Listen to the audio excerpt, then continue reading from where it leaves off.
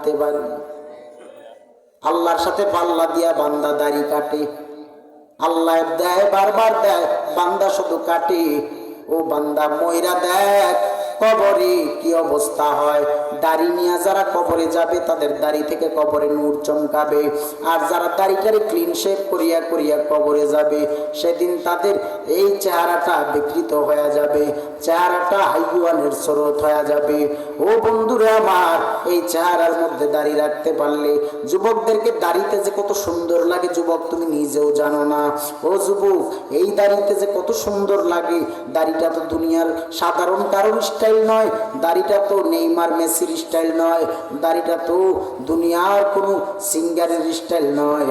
এই দাড়িটা হলো এমন একজনের স্টাইল, রহমাতুল লিল আলামিনের আদর্শের স্টাইল। সুবহানাল্লাহ, এটা পুরো পবিত্র স্টাইল।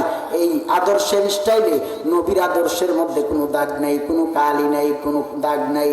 ওই নবীর আদর্শের মালা গলায় লাগায় জিন্দেগি চালাইতে পারলে দুনিয়াটা তোমার জন্য, দুনিয়া ও আখিরাত তোমার জন্য কামিয়াবি হয়ে যাবে।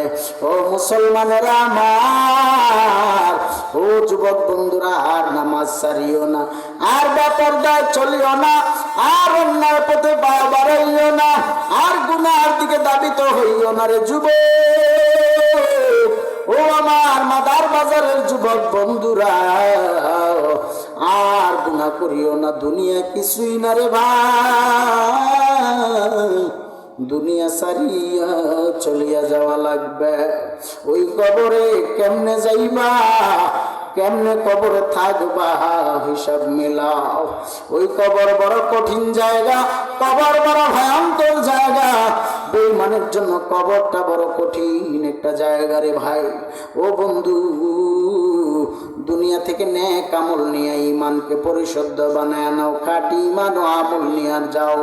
ও যুবক ভাই, তোমার মতো কত যুবক রাস্তাঘাটে অ্যাক্সিডেন্টে চলিয়া গেল, আমি দেখেছি, আমার চোখে আমি এমনও দেখেছি একটা বাইকে দুইটা যুবক বাইক চালাইয়া যাইতেছি, হঠাৎ করে একটা ট্রাকের সাথে ওভারটেকিং এর মাথায় এমন জোরে ধাক্কা লাগলো।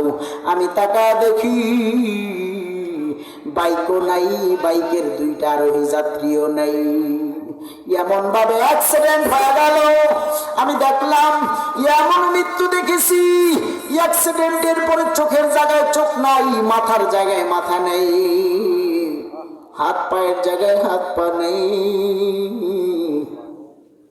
ও যুবক ভাইরা আমার, দুনিয়া কিচ্ছু না। ভাবতেছো অনেকদিন